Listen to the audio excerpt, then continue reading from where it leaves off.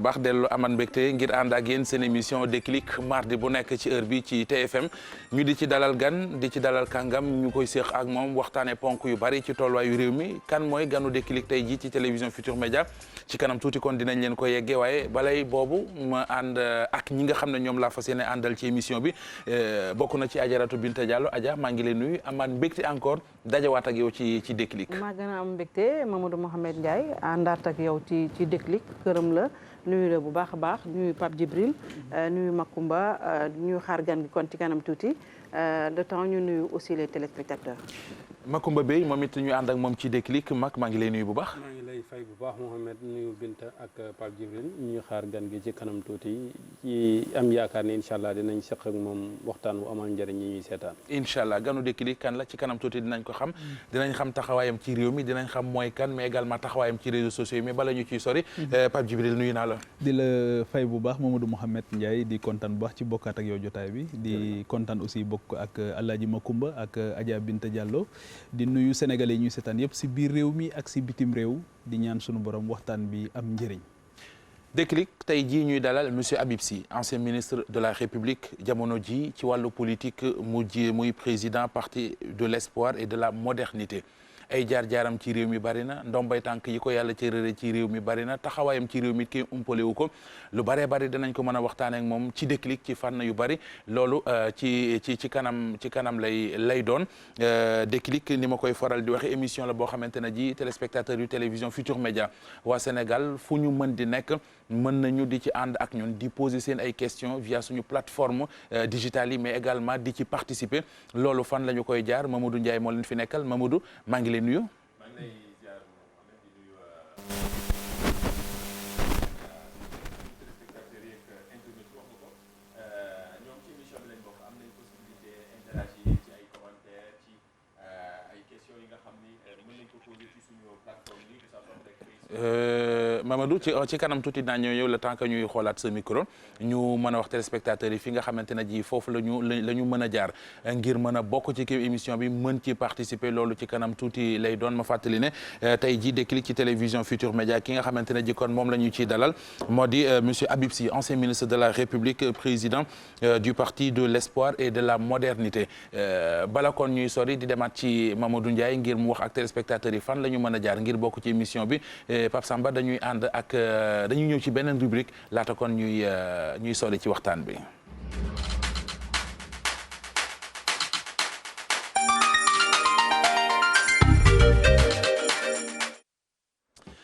zone libre tey jii dañu koy jagleel ci ñàkk déggoo gi nga xamante ne ji kon nemmeeku nañu ko ci ñi seq commission bi saytu bi sàlloo kon séntu weer muy commission nationale concertation croissant lunaire dégg nañ ci ak ñàkk déggoo mais bala ñu ciy sori dañu ciy ànd ak Aminata Mbaré Sow ci benn reportage boo xam ne def na ko bu ko defee ñu dellu siwaat fii waxtaane ponk boobu.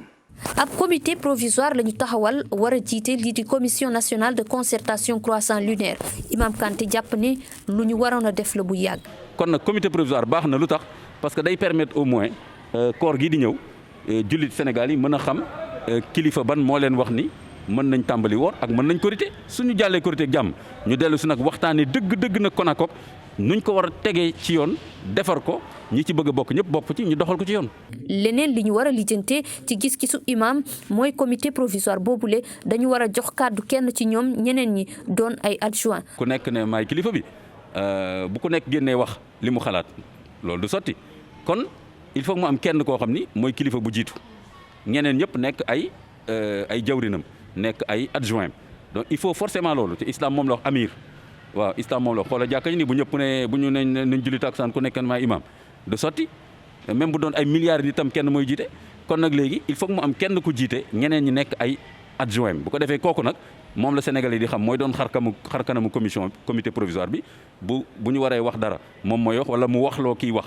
lu mu ci mën a doon yenn ci ay sénégalais di ñaawlu xëccoo bi nga xam ni jot na am ci commission boobule ñi ci bëre jàpp ni li ñu war a liggéey mooy ñu déggoo su ko defee islam jëlee ci ndam. sama gis-gis xëccoo waru ci am quoi parce que ñoom ñi fa ka fay jiite même koo xam ni wut nga place pour jiite fa yéen ñëpp yéen a yem benn la ci yàlla ngeen di wax ak ci alxuraan sa ki fi wuute muy iyaan loolu la doon wax ñu rafetlu liggéeyam jàmmoo nekkoo benn kilifa yi diine yi nen ànd nekk benn man loolu rafetlu naa koon quoi. te islam ngay liggéeyal moom franchement pour man loolu ñoom war nañ mën a trouver benn point d'entente quoi waruñu mën a war dafa ñaaw sax ñu si am ay problème seen biir ba ñëpp di ci dégg quoi xam nga dëkk bu doy nii loolu pour man mën na ñàkk quoi oui bu ñu waxtaanee rek war nañ déggoo. voilà mi ngi noonu kon zone libre bi tey di ba ko waxee sànq ci sujet boobu ci la jëm mu di waroo ci kaw kàddu ñàkk déggoo gi nga xamante ne ji nemmeeku nañu ko ci kilifa yi nekk ci biir commission nationale concertation commission bi ñu dénk saytu weer wi donc pour mu gën a simple Macoumba ñoo ko déggandoo dégg nañu réaction sénégalais yi actualité bi nemmeeku nañu ko dem sax ba ne dañuy taxawal geneen kuréel goo xam ne dañ ko fiy teg a ndéggum loolu lépp ak coow li ci am tey boo ko dee dégg ban commentaire nga ci am. ku waxal yàlla na xam ni gàcce la de. gàcce la ci l'islam ji ñu fi taxawal gàcce la ci réew moo xamante ne nii ñey xëccoo bis bu yàlla sàkk ñoo naan la wa'tasimu bi amdillahi jami'an wala tafarraqu bu fekkoon ne lii ci politiciens yi la amee dina mën a bañ a doon mbett ñoom comme baax ñoom lañ gën a yeb ci askan wi bu fekkoon ne am na ci ñeneen ñoo xam ne ci ñoom la wàcc foofa lañ ko gënoon a yaakaare séentu asamaan jërul buuxante la wala fiy wax xëccoo seetaan may jiite commission boo xam ni mooy wax nañ woor ak du woor lu ci jar lii ndax am na lu ci ruus loo xamante ne nii ñu ngi wax benn subvention wu 30 millions annuel ak ab oto loolu jar na ay jullit di defante nii ndax maa leen di wax ndax weer wi te bu ñu rombee loolu sax commission bi wax ji bëri rek mais njariñ li bëriwul de ku nekk ak yaa ngi sa sous commission bopp wala yaa ngi sa commission bopp boo xamante ne nii waa di xaar sa ndigalal sëriñ murid yi déglu wuñ commission bi Touba la ñuy déglu Touba am nañu leen di seentu weer wa ca Touba am nañ ko ci yeneen i barab ibaadu yi am nañ seen commission wu bopp ndax ñoom dañoo yàgg xool nit ñi ni ñuy waxee ni nañ woor wala ñu wori fii ñu xam ne lii daal ñoom d'accord ci ñu beru am ñeneen ñoo xamante ne ni ñoom itam tënkuwuñ ci fuñ dégg ci àddina ñu ni weer wa feeñ na fa rek ñu tàmbali muy ci Makka muy ci Niger muy ci fu mu mën a doon léegi bu ñu àggee foofu nag lii bu fekkee ni day dem ba nar ñoo weeraay boo xamante ne nii la méttee est-ce que njëriñ li gënul woon ci ñu tas commission bi benn yoon ku ne dem comme ku ne am na koo xam ne moom ngay déglu nga dem déglu ji ko bu ko defee mu bañ a gën a wuññi sunu sutura ni parce que lii wuññi na sutura réew mi bu baax a baax wala lenn bu fekkee mënul ñàkk ba mënul ñàkk comme diine ji xam nañ ni gouvernement bi bëriwu ci doole lool fii ci Sénégal ñaari tarixa yi mag yi ñoom ñoo ko ŋànk ñu seet ñaari tarixa yi nan lañ mën a déggoo ñoom ñaar bu ñu leen ko joxoon ñoom ñaar ñaari xalif yi danañ seet koo xamante ne nii moom lañ fa teg mais bu loolu wéyee itam ñi nga xam ne ñooy xëccu bëgg a jël commission bi am na ci ñoo xamante ne nii gëmuñu tarixa gëmoo tarixa ci réew moo xamante ne nii ñi ëpp ci ay tarixa lañ wekku boo joxee verdict commission bi ba pare Iyane Thiam wax na fii ni weeru feeñut ñu dem ci suba ga ca jumaa ji fekk ku mu julli jumaa ñam tarixaam mosquée omarienne loolu mooy la nañ bàyyi nag caaxaan yi te jëf ju wér jëf ju dëggu. très bien Macoumba jërëjëf Adja Binta li xew lu nar a doon conséquence bi. en tout cas man dama wax ne lu dul dëgg du yàgg. parce que commission bi xam nga ne sénégalais yi tënkuwuñu ci woon. boobu ba léegi xëy na Iyane Thiam a réussi fexe ba commission bi nekk fi ba léegi. mais je pense que le moment est venu. pour ñu adapté wu waat au contexte vraiment. ñu adapté wu waat ci contexte bi parce que gis nañ ne astronomie li ñuy wax léegi nit ñi moom la ñu gën a déglu parce que tamit nekk ci benn commission boo xam ne ku nekk nee nga am nga foo féete am nga sa sous commission kon xam nga ne ñooñu la waxaluñu yàlla waxaluñu xëy na yonent bi xëy na seen mbiru bopp moo leen fa gën a soxal ndax ñi ngi wax un enjeu de 30 millions véhicules vraiment mu ñu ridiculiser seen bopp tey à la face du monde moi je pense que jot na ñu def une commission boo xamante dafay adapté wu au contexte de l'heure maanaam mu xaw a gën a moderne quoi les scientifiques voilà këru diine yi ku nekk ñu jëlee fa kenn indi la teg la ci biir bu ko defente ne ñi nga xam ne bokkuñu ci benn kër itam ñu dugal leen fa bu fekkee saytu weer rek la ñu daal di koy scientifique yi bu ñu waxee ñu xam ne lii la ñun ñëpp koy defandoo benn yoon yàlla def ñu defandoo benn korité benn tabaski parce que benn yàlla bi la benn yonent bi la benn alxuraan bi la li ñu def ci suñu commission bii ñaaw na nit ñi yàgg nañ koo dénoncé de comme Iyane Thiam dem na yàlla na ko yàlla yërëm te vraiment xaare ko àjjana commission bii nañu ko tas ubbi ko nag pour tout le monde bu ko defee ñu xam ne nag ña fa toog as julliti lañ fa toogal ak benn weer bi nga xamante ni moom la ñuy gisandoo moo ñu ñooy woorandoo ñooy woreendoo bu ko defee nag julliti nag ñoom nag seen responsabilité yàgg naa engagé parce que bu ñu fekkente ne dañ naan kii gis na weer bi kii gisul weer bi kële gis na weer bi fukki korité di am juróom-ñetti tabaski di am Mohamed Ndiaye kon nag ban façon commission la kenn xamu ko nañu adapté wu maintenant au contexte ubbi ko comme ni ñu ko waxee ñëpp dugg si ñi war a dugg si bu ñu waree saytu ñu saytondoo scientifique yi yaakaar naa ne am nañu solo lool ci biir commission bu bees bi war a judd. Très bien Adja Binta Pape Djibril li jaaxal ñu bari mooy ñoom ñoo war a séntu weer wi wax ko nit ñi àndandoo woorandoo baa ñu worandoo ñoom ñi ko war a def bu ñu jubawul est-ce que ñoom mën na te ne ñoo wane aw yoon yow mais dama jàpp ne difficulté bi ñu am rek si réew mi mooy am consensus ci mbir yu am solo yi parce que ñoom li ñuy liggéey c'est d'utilité publique maanaam loo xamante ni ñëpp dañ ci am wàll wala ñi ëpp ci réew mi bokk yi teewoo nañ ko donc loolu moo tax bu xëccoo bi amee rek dañu war a xool lan moo ko waral lan la ñuy daw bay daanu ko moo di loolu tamit mu wane beneen faille mooy ñàkk bi ñu ñàkk a définir critère par rapport ak profil yi nga xamante ni poste bu nekk nit ki fa war a nekk fan la war a jógee nan la war a mel ak kan la war a doon xam nga loolu tam jaaxarul réew mu ñu organiser.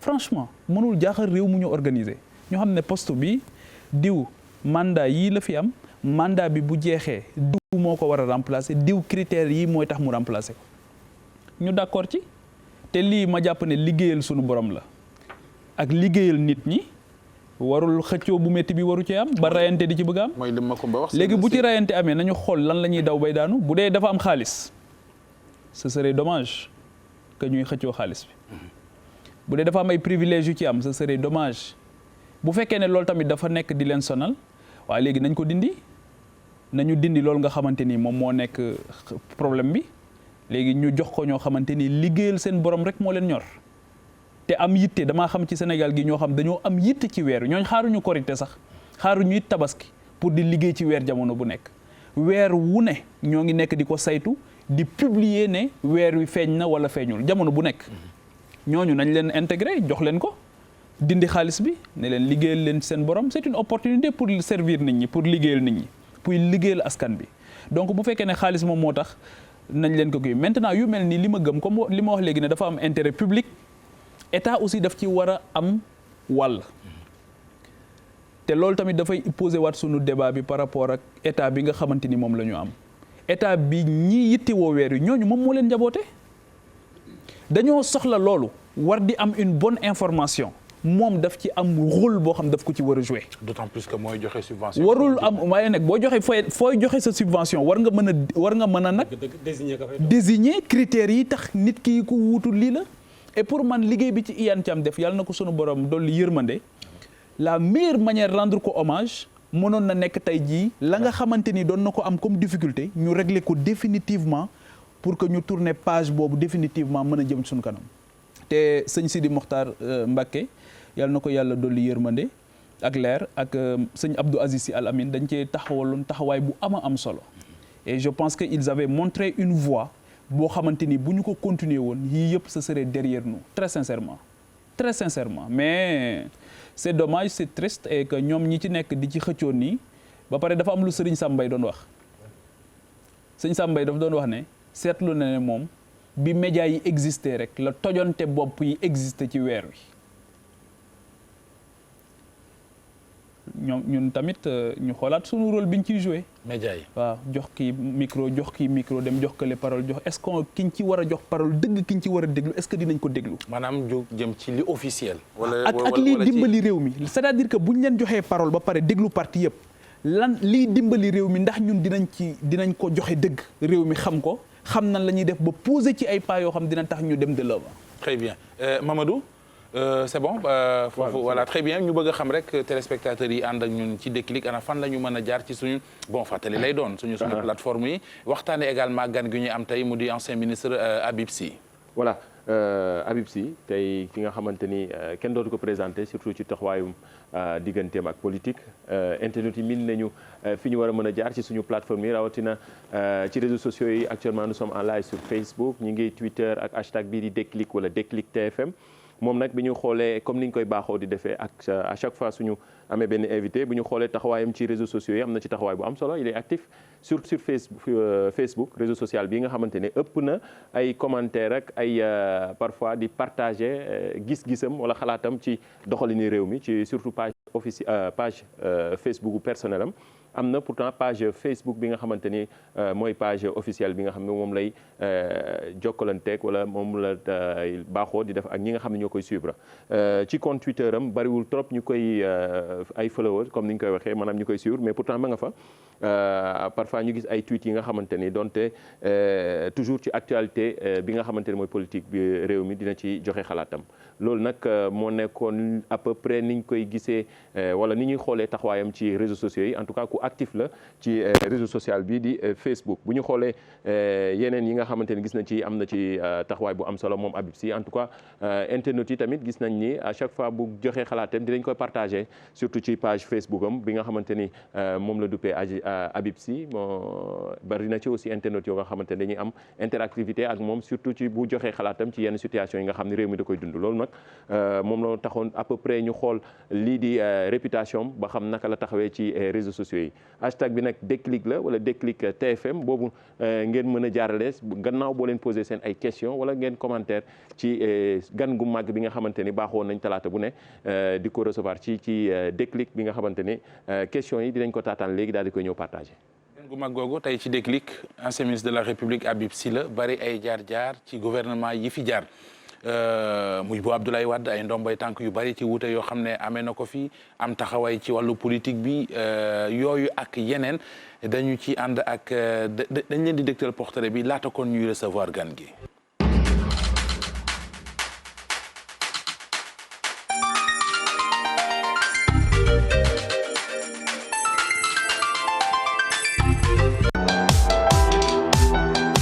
Habib Sy fës loolu ci langue politique bu Sénégal ak compagnonnage bu yàgg bu mu seqoon ak maître Abdoulaye Wade contrat de confiance bi sax tàmbali woon na ak Abdoulaye Wade laata mu doon njiitu réew ndaxte 1995 1997 moo nekkoon directeur cabinet bi mu nekkee ministre d'État ci nguur bu Abdou Diouf alternance démocratique am ci réew mi Abdoulaye Wade falu waaye 2004 ci gouvernement Macky Sall la ñu ko tab ministre d'État ministre de l'agriculture et de l'hydraulique 2006 mu nekk ministre d'État ministre des infrastructures de l'équipement et des transports terrestres yor na fi tamit yeneen poste ministériel yu ci mel ni fonction publique ak yeneen 2009 mu nekk directeur de cabinet président Abdoulaye Wade 2017 maire bu Linguère ba woon fësal génnam parti démocratique sénégalais ginnaaw ba mu ñàkkee nguur gi ci ay at ci ginnaaw tey jii muy jiite parti de l'espoir et de la modernité am ambition moom ak i militant am bay seen waar ci réew mi di doxe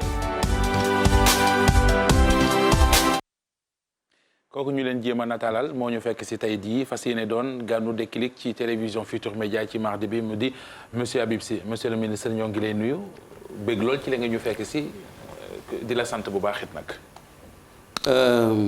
Mohamed maa ngi leen di fay def naa maa leen ëpp mbégte.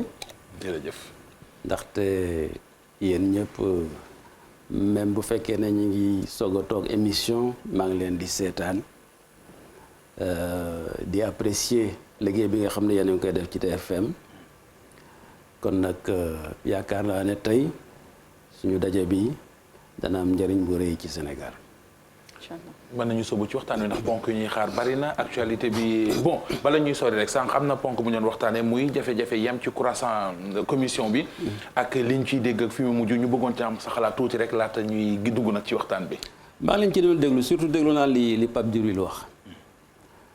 man dama jàpp ne état da ca war a dugal loxoom parce que bokk naa ñi jàpp ne état Sénégal du état laïque ci kayit yi lañ ko bind mais boo xoolee li ñuy wax laïcité fa mu jógee ci Europe ba ñëw fii dañoo bokkoon mboor ak ñun boo gisee li fi xewoon ci fan yi ak taxawaay bi nga xam ne kilifa diine yi taxaw nañ ko rawatina xalif général des Mourides Serigne Mountakha Mbacké yal na fi yàgg te wér nga xam ne Sénégal du état laïque bind naa ko wax naa ko défendre na ko bu dul benn du ñaar léegi li mu war a def comme moo jabootee ñëpp te du état laïque lii daf ci du war a dugal loxoom waxtaan ak kilifa diine yi ñi mu wax sànq am na loo xam ne Serigne Sidi Mokhtar Mbacké doxoon na ko ak Abdoul Aziz Sy Al Amine loolu état da ko waroon a këf jël ko muy yëfam mu defar ko.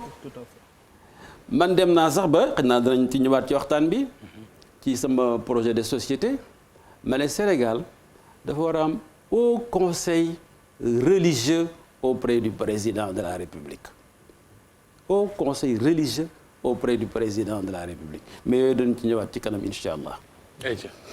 Macoumba. waaw léegi monsieur le ministre wàllu emploi lañ bëggoon a tàmbale ndax fi mu ne nii mooy waxtaan wi gën a ñor waa réew mi. gis nañ président de la république dellusiwaat ci bu baax a baax discours am 8 mars dellusiwaat ci itam ci 3 avril. wax ni léegi dina gën a yokk financement yi nga xam ne moom la ko jagleeloon dem ba war a yegg ci 400 milliards. dégg nga itam modalité pratique yi nga xam ne wax nañ ni foofu lañ koy jaarale. pôle emploi yi guichet unique yi dans tous les départements est-ce que théoriquement ni mu ébauché nii jàpp nga ni mi ngi ci yoon pour régler problème bi. loolu jàngal bi ma ci am d'abord xam nga guichet unique man ci man la jógee guichet unique départemental mi ngi sama projet de société depuis 2017 laa ko publié def naa te ngeen ci bët mais bii nga xamee ne wax na loolu man dama ne président day xëj na ñi ngi defati musiba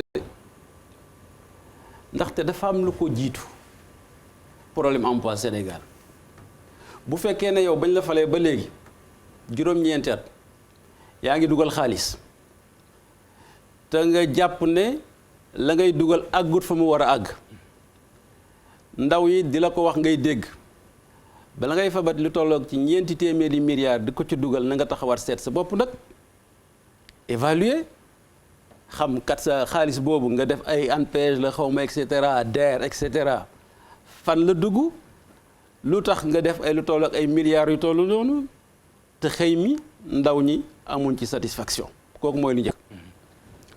beneen bi donc comme deful évaluation xaw ma day woote conseil nu ñu ko waxee sax. présidentiel.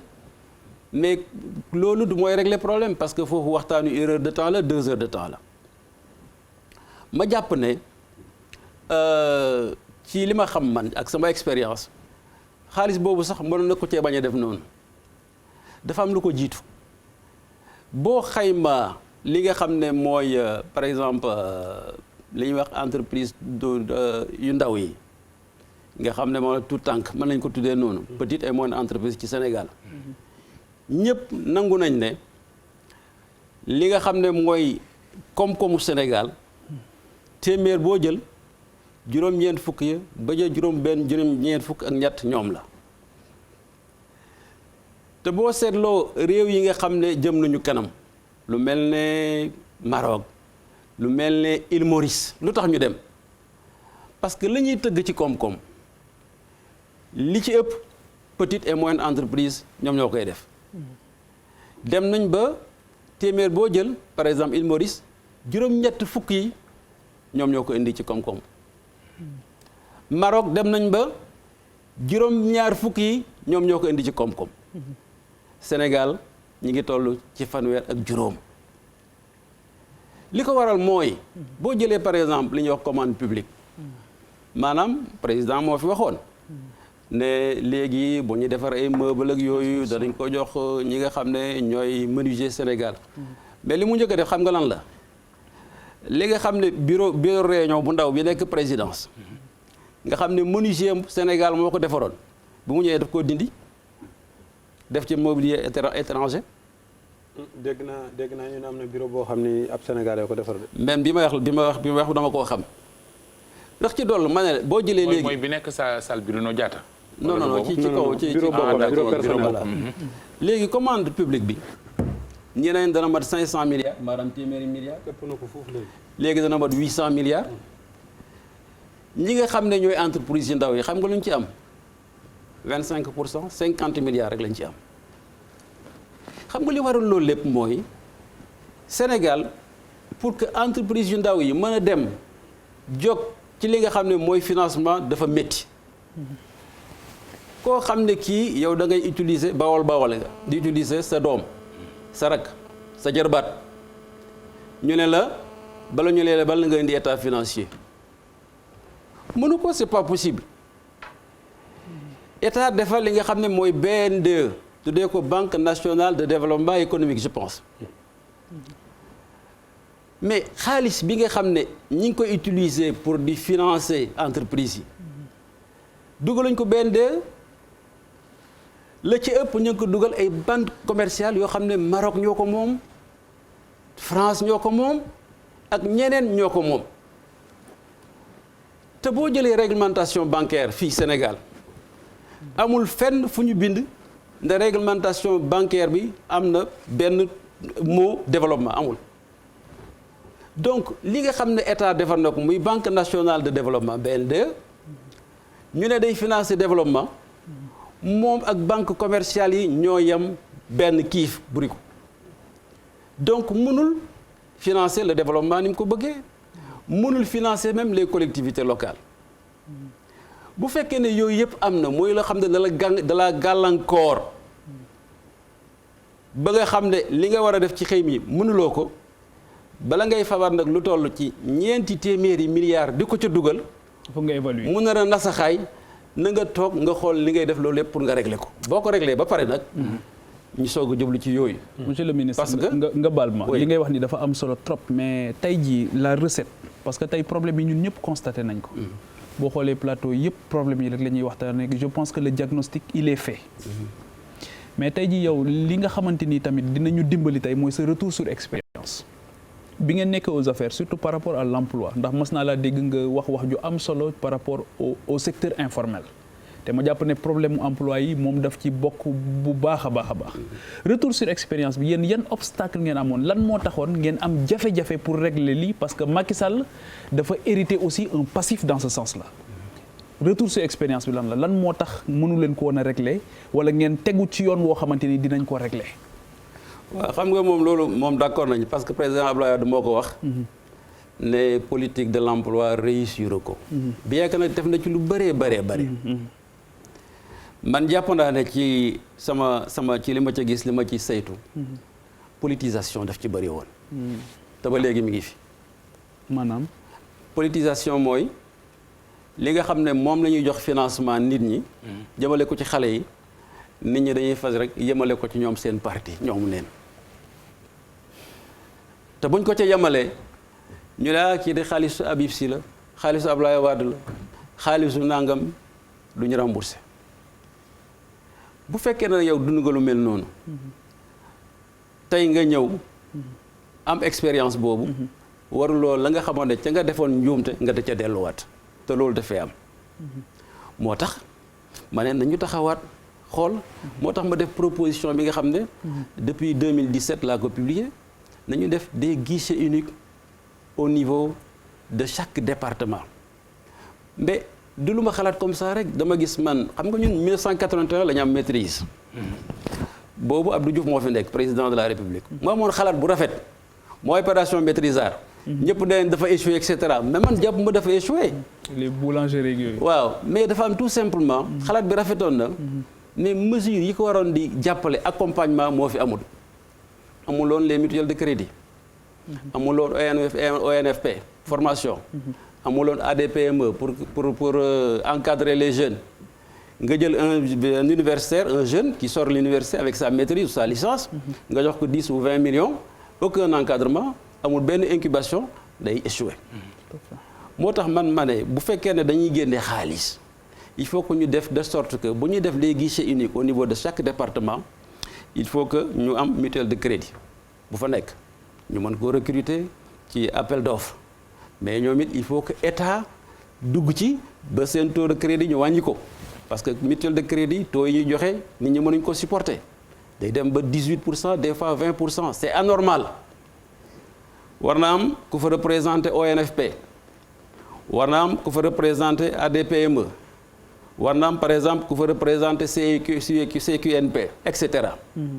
lu tax ma wax loolu parce que dafa am ay xale yoo xam ne yi ñoom dañuy xalaat ay idée projet la ñu am war na am koo xam ne kii aussi day mën a bind projet boo ñëwee ne Pape Djibril wala Mohamed Ndiaye man de dama am projet dama bëgg a def mbay et cetera wala dama bëgg a def ay élevage de poulet am na ñoo xam ne 50 000 lañ soxla ñii 100 000 jigéen ñi loolu la ñuy soxla da ci yëngatu ñii ay 1 million ñu la waaw d'accord danañ la bindal projet wala nga indi projet bi ñu ne projet bi de baax na danañ la ko financer mais nan la ñu koy financer ñu ne attention de duñ la jox xaalis bi mutuelle de crédit bi moo koy gérer yow bala ngay def sa projet bi il faut que ñu defal la formation nooy tëyee xaalis moo xam ñetti weer la moo xam juróom-benn weer la da nga bëgg a def mbay waa ingénieur ña ngi fa wala les techniciens de l'agriculture boo bëggee def sàmm ñu won la nan lañ koy defee ñetti weer wala ñaari weer moo xam ba mu mat ñu ne ñun de daan nañ gis ne xale yi dañ leen di jox xaalis ñu dem dañuy daanu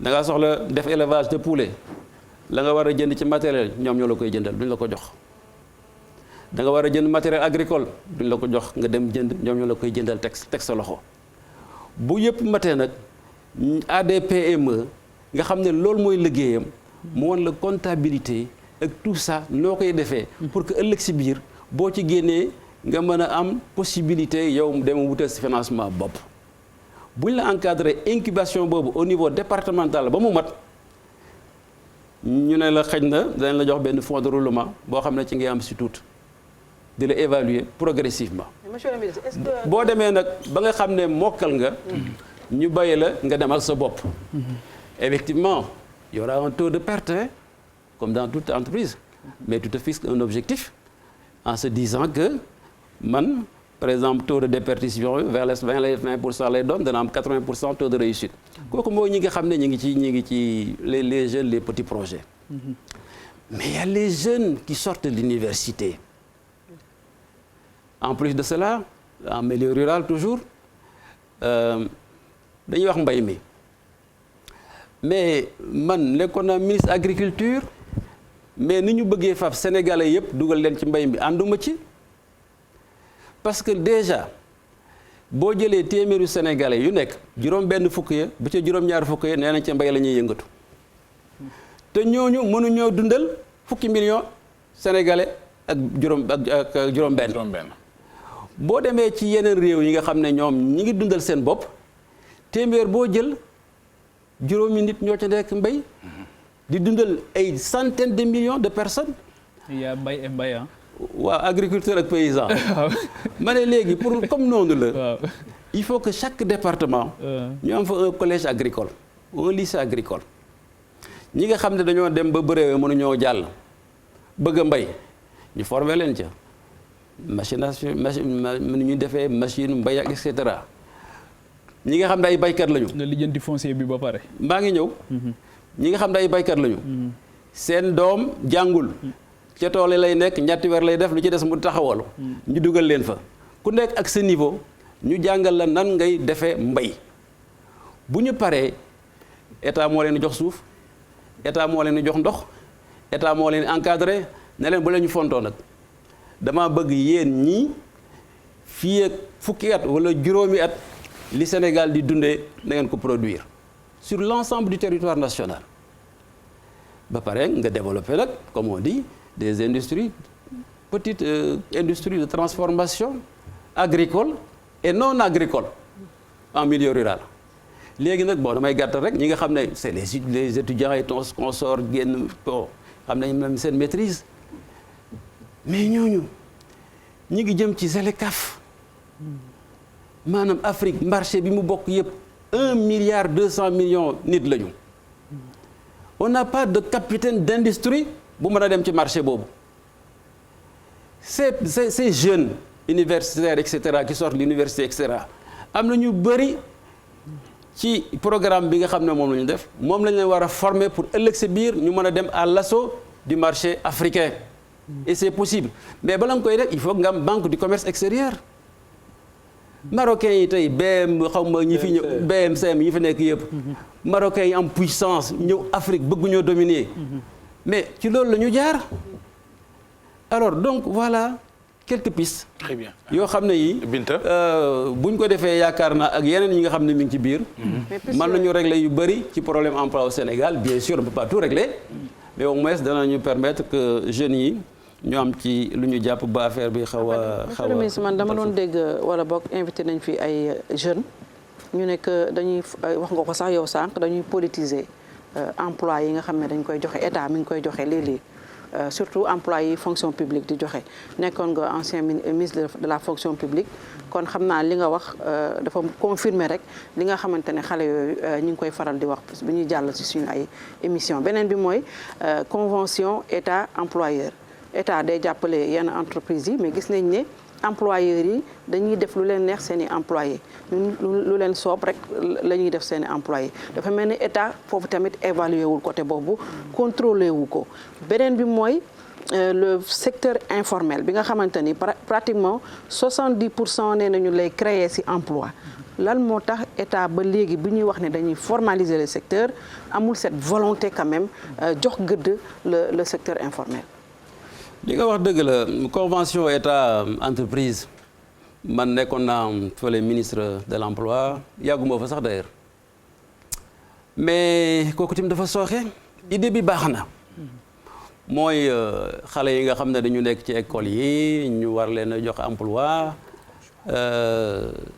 léegi comme entreprise yi mënuñu leen jox emploi comme il faut état am loo xam ne lii da koy dindi ci xaalis jox ko entreprise bi état mooy jël 50% entreprise bi jël 50% ñu am ay critères yoo xam ne moom la ñuy def mais boo ko seetloo man ba ma fa nekkee yàgguma fa mais gisoon naa ne entreprise yi ci bénéfice sax bëriwul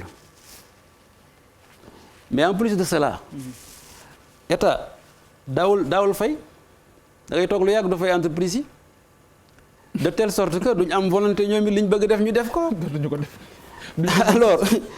alors yooyu yëpp moom il faut que ñu évaluer ko xool nan la ñuy def ba trouver des solutions. est-ce que jëluñu xaalis bi ñu ci doon def léegi yóbbu ko ci financement wu jeunes yi. ah xaw ma daal fu mu ko def léegi mais li wóor ba wóor mooy convention boobu moom defaat nañ ba renouveler ko et cetera mais j'ai pas les informations là-dessus. ak secteur informel bi. loo wax beneen bi mooy. secteur informel ak politisation des emplois. ah oui loolu kay bon le secteur informel moom laa wax sànq. ak secteur informel mooy lan monsieur le ministre. secteur informel daal. ñoom nee nañ duñu informel. c'est un grand débat nag. moom la ñuy bañ. parce que nee nañ dañuy fay impôt. ñu ne leen informel et cetera. bon mais là n'est pas le problème. le problème mooy comme j'ai dit tantôt mooy ñu bëri mënuñu defar état financier secteur informel.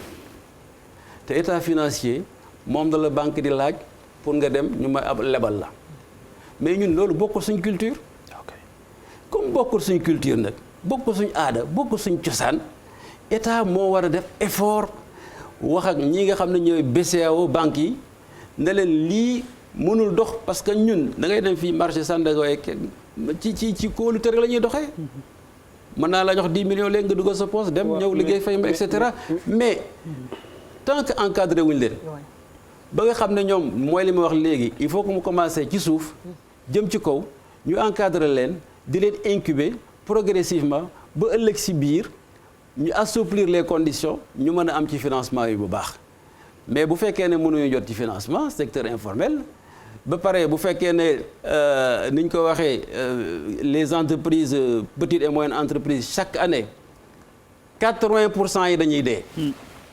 téeméer boo jël juróom-ñett fukk yi dañuy dee alors kooku mënut a fay économie lu leen di rey état bi leen seetaan dañoo dugg ci luñ mënul dañoo manqué encadrement lan moo leen di fàtt. moom laa wax léegi d'ailleurs d'abord mënuñoo li ci ëpp mooy mënuñu jot ci financement xaalis bi li ñuy financer yëpp dañ koy jox les grandes entreprises ñu def ab seen ab xaalis ñu yóbbu France ñu yóbbu Turquie ñu yóbbu Maroc. bu président génnee bitim réew ñu tàcc ko ne ko vous êtes le meilleur président au monde. alors que loolu moo fi war a jógee te y a des possibilités pour mu jógee fii ay réew wan nañ ñu ko. y a rien de diable war na mën a dem ba ci man sama xalaat. état du Sénégal bu fekkee ne sax dañu am blocage avec la monnaie. ñu génn zone franc où est le problème. mais am na ñoo xam ne nekkul ci zone franc te ñooñu gën a jëm kanam bu fekkente ne dafa absent ñeneen ñi dañuy ñëw aussi occuper la place le secteur privé. l'État bu fekkee ne dimbale woo secteur privé ni nga ko war a dimbale jàppale woo ko ni nga ko war a jàppale nga préférer secteur privé étranger à ton secteur privé mais bien sûr ñoo jël place bi alors que l'État dafa waroon accompagner de façon substantielle le secteur privé sénégalais. C'est pas facile. En faisant quoi? Du protectionnisme? Bon, vous savez, il y a toujours des mesures de sauvegarde. Ouais, mais c'est nangam, etc. Bon, je suis du commerce, c'est mon métier.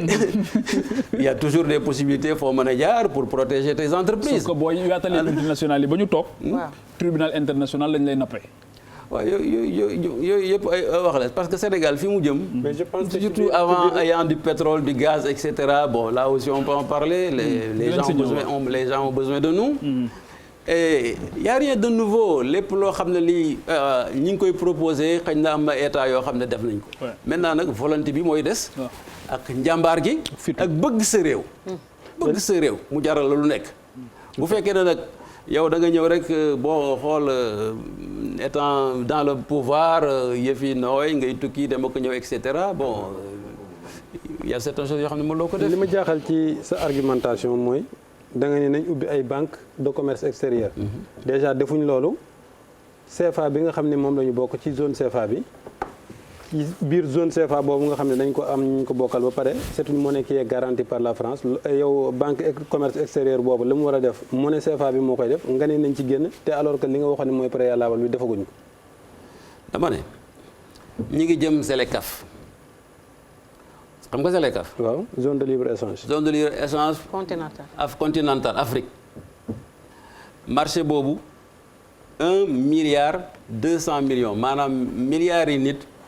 ak ñaari téeméeri millions ñoo fay nekk ñoo xam ne dañuy bëgg di lekk di naan di solu di voyager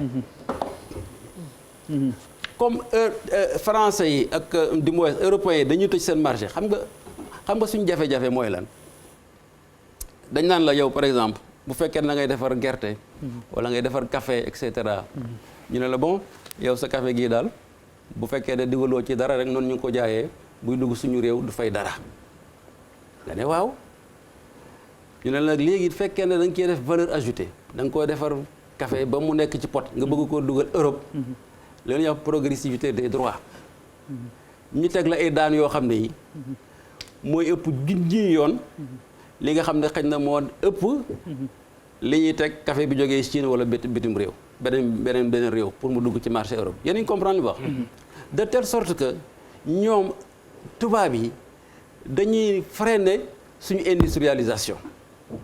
mais où est la négociation ana suñu négociateurs yi ana ñuy dem ci table ji. ah waa ñi ngi fi mais. luy xew ca table ja ay rapport de force la. ba pare tegal la ci ne la bon léegi il faut que mango bi wala café gi ngay defar jus bi ngay defar mu am norme nangam. na mel nii na mel nii na mel nii bu ci weñ tong waaw. de telle sorte que gerte gi am kii. de telle sorte que pour nga def pour loolu danaa la ci wax dara après tout à l'heure de telle sorte que pour nga am yow produit industriel boo leen jaay c'est pratiquement impossible.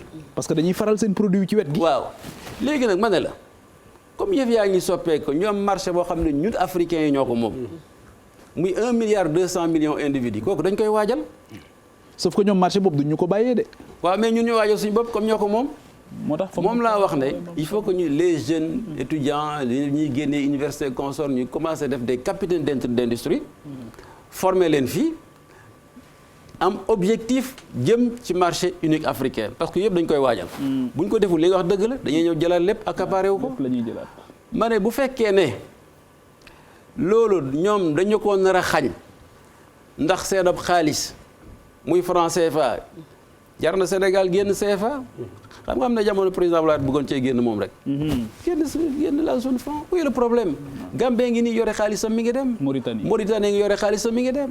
Nigéria mi ngi yore xaalisam mi ngi dem et cetera Maroc mi ngi yore xaalisam mi ngi dem et cetera. ñu bëgg ñoo gëmloo rek ne tant que ñun amuñ xaalis boo xam ne France moo ko garanti mënuñoo dem c'est pas vrai il faut que ça cesse loolu mooy bëgg sa réew alors il faut que nag nit ñi tim di ñu déglu. parce que ay expérience yoo xam ne dañ faa jaar et cetera aflatoxine man nekkoon naa ministre bi yore mbay mi alors je vais raconter comment ça s'est passé par exemple ñu jël bon les gens ont critiqué Abbas Jaber tout ce que vous voulez et cetera mais li xew mooy tubaab yi dañoo bëggoon a jël gerte gi biñ ko bëggee jël mënuñ koo jot ñu jox ko Abbas xam nga luñ def ñu dem def campagne internationale génnewaat aflatoxine seen télévision cuisine et tout ça gerte day joxe cancer par ci par là ba Abbas mënatul a jaay sur le marché international man fu nekk dem naa Élysée j'ai rencontré tous les agriculteurs de France foofu laa xamee ne ndakante état ak entreprise yi tubaab nii la ñu def boo waxee ak ñoom nga génn 30 minutes bala ngay àgg Élysée boo demee xam nañ la ko wax mais fii loolu amul état Sénégal entreprise privée ak état nii la ñuy def fii souvent guerre lay doon alors loolu bokk na ci li nga xam ne réew yooyu moo leen jox doole mais ñun on préfère di négocier xaritoog entreprise étrangère yi et cetera plutôt que ñu dimbale suñu entreprise privée yi. très bien voilà malheureusement coowal employé yeeg yooyu buñ ko toppee yaakaar naa fi la ñuy fanaan déjà leeral na ci point yu bari. mais benn question rek laa la bëggoon a ñaan de. comme nekkoon na ministre de l' agriculture. gis nañ ni programme bu ëppoon doole ci njalbeenu présidence bu Macky Sall moo nekkoon Prodac bi est-ce que jàpp nga ni ba léegi potentiel bi ñu yaakaaroon ci mbay mi mën nañ ko ci am wala lan ak lan lañ war a mën a jubbantiwaat fi mu ne nii ba yaakaar ji am ci mbay mi mën a bañ a tas. mbay mi daal mooy li ma la ci wax léegi rek Prodago Sambati Ndiaye et cetera. dañuy Sambati si kay. réglé wu fi dara boobu ba léegi. parce que mbay fi il faut ñu xoolaat ko. man boo demee en 2003 Maputo moom la ñuy wax programme détaillé pour le développement de l' agriculture en Afrique. le protocole de Maputo. ñu ne état bu nekk na joxe ci budget 10% def ko ci mbay mi. c' est pas pour me jeter des fleurs mais man maa ko wax conseil des ministres 15 sax laa waxoon. ministre yi adopté 15. ñu jox ko chef d' état yi ñu def ko. parce que dama gisoon ne boo demee ci yeneen secteurs yi santé et consort dafa am ay normes yoo xam ne moom la ñuy fixé ne OMS nangam mais agriculture amuloon loolu. donc ma yaakaar ne mais man bi ma koy waxuma woon budget global de l' agriculture. maanaam par exemple bu budget bi di 5 000 milliards. da wax en terme d' investissement. investissement la wax de. waxuma li ministre bi jëndee essence ak li ñuy tourné consort 5 boo ko defee pendant 5 ans. da nga mën a régler le problème de l' agriculture mais il faut que ñu xoolaat ko par exemple moi j'ai une idée très différente des autres sur la vallée du fleuve Sénégal. oui. ban idée nga ci am. bon pour man c' est vrai bay ceeb baax na mais xoolal depuis tubaab yi ba léegi ñi ngi fi mënuñoo régler problème mu ceeb donc il y a un problème lu nekk def nañ ko investissement d'ailleurs investissement yi ñu fay def sax boobu je suis contre parce que boo jëlee je l'ai toujours dit et j'ai essayé de le combattre. Pour aménager un hectare au Sénégal, c'est 4 à 5 millions. Bon, Mali, c'est 1 million. Les coûts sont très élevés. Ce n'est pas normal. Est-ce que les conditions sont les mêmes? Même, j'ai même dit, et je l'ai proposé à l'État à l'époque, mais ce n'est pas normal.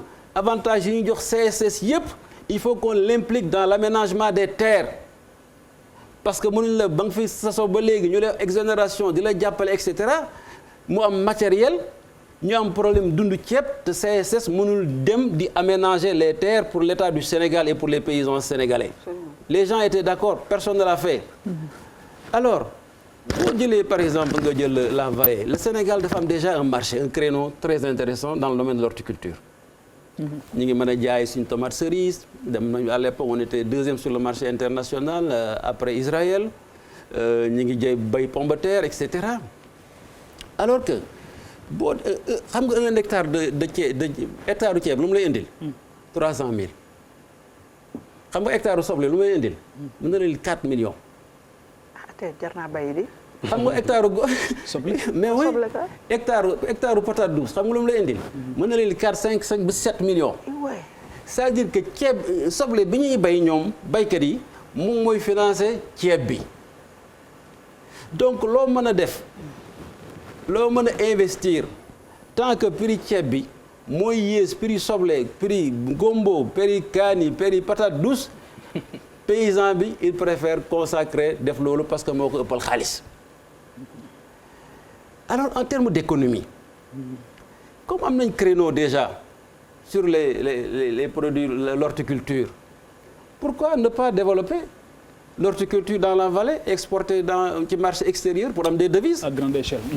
parce que dañuy wax ils veulent économiser 100 milliards ou c'est pas 200 milliards en n'important pas de riz alors que boo defee certains produits horticoles nga yóbbu ko sur le marché européen et cetera mais tu peux gagner 500 milliards donc pourquoi ñuy rey suñu bopp soo ba jënd soo gerte xaw ma nu mu tudd ceeb en plus de cela il faudrait que vraiment ñu jéem a xool nag le consommer sénégalais kooku nag c'est votre responsabilité les femmes.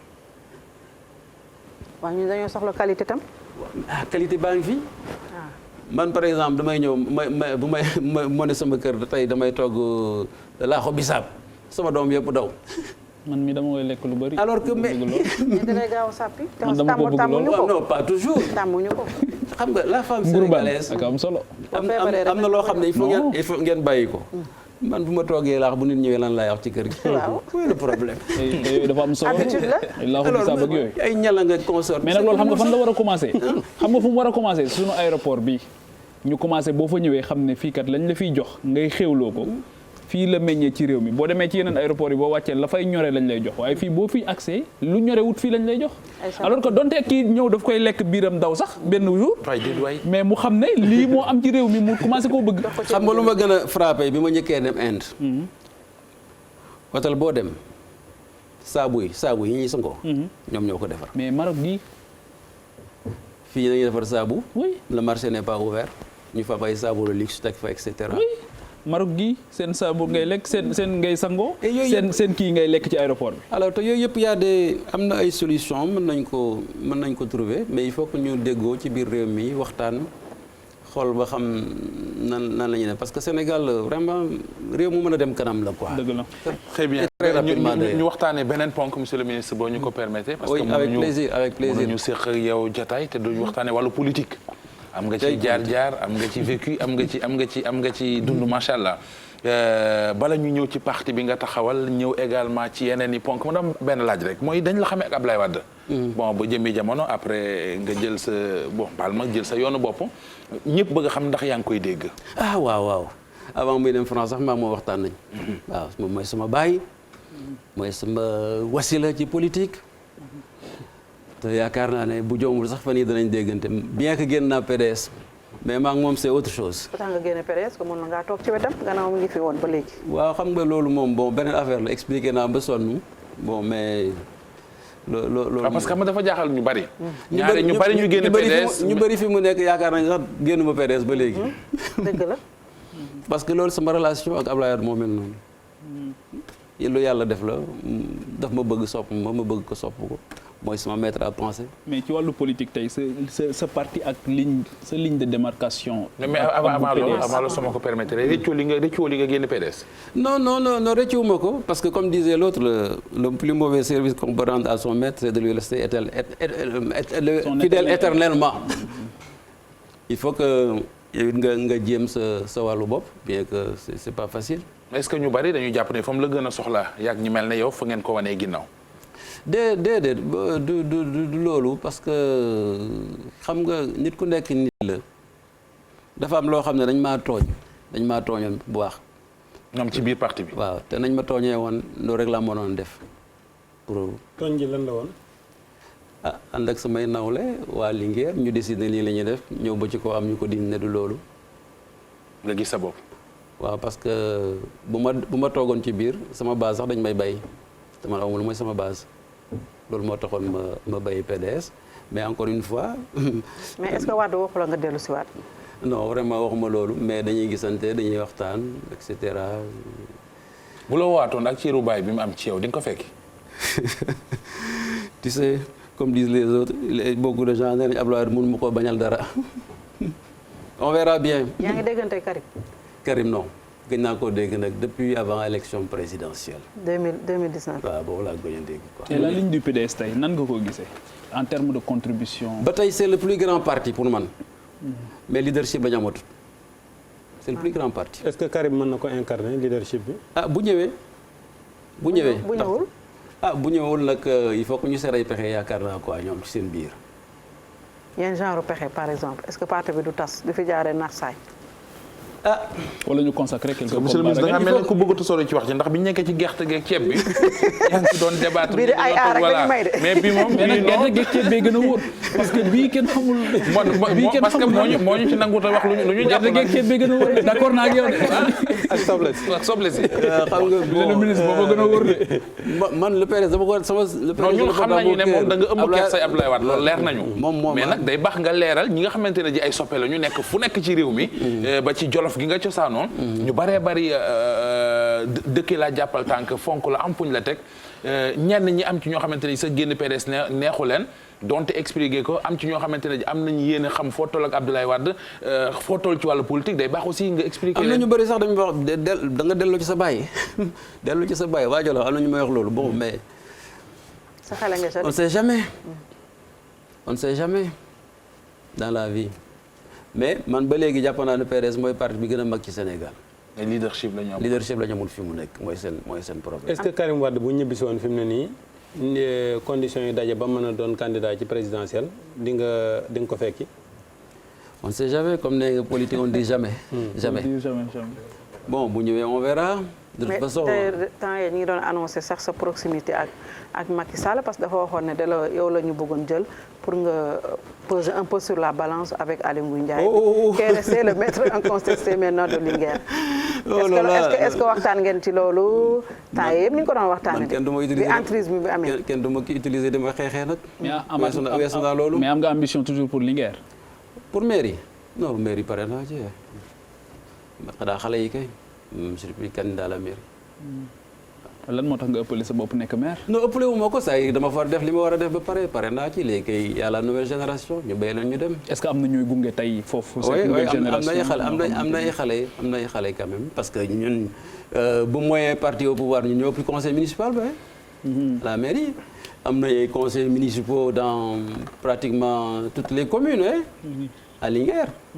donc on est là-bas on existe. mais ce parti bi dafa mel ni dundul bu baax foofu au niveau même de Linguère un parti boo xamante ne pratiquement demul congrès ñu ni département bi pratiquement da nga fa nekk en net recul on a vu que kii nga àndaloon ci présidentielle bi même Ousmane Sonko sax ñu ne moom moo la ëppale woon ay points si dans le département de Linguère. déedéet dama campagne lu dem woon Linguère.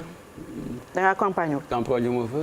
mais ak yow ni nga toll ci Linguère jarul woon sax ngay campagne koo xam ne mi ngi soog a ñëw. waaw mais ak la nga fa def yëpp. xam nga politique am na ñoo xam ne ñu bëri bon dañu yaakaaroon ne waroon naa def leneen que ma def lii et cetera. dañ laa mere kon.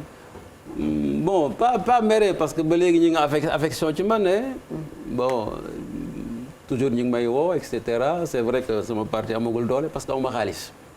ah mais déet monsieur le ministre ak fi nga jaar yëpp ndomb tànk bu ne nga occupé ko ci réew mi boo taxawee ne aw ma xaalis. maanaam danañ ne kon moom li mu doon liggéey fu mu ko jaar. sama benn rakk moom may wax loolu mu ne mënuloo fi wax nit ñi bëgg gëmloo leen ne que tu n'es pas milliardaire. absolument parce que da ngaa jógoon Abdoulaye Wade muy joxe rek. waaw mais aw ma xaalis. mais bu ñu dellusiwaatee ci amuloo kon Sénégal moom booyoru xaalis mënoo politique. xanaa kon moo tax nekku moon candidat. dama bëggoon nekk candidat mais amoon xaalis ma campagne ma dem jàppale sama doom. kon parti bi léegi luy avenir am. luy avenir sa parti bi. xëy na ci diggante mi ma lijjanti lu ma xam ne dana. koo koy lijjantee ci déet monsieur le ministre doo yore militant nag. nga koy lijjantee nag monsieur le ministre. say militants yaa ngi leen di décevoir de fu mu toll nii. mais aw ma xaalis je le dis très franchement.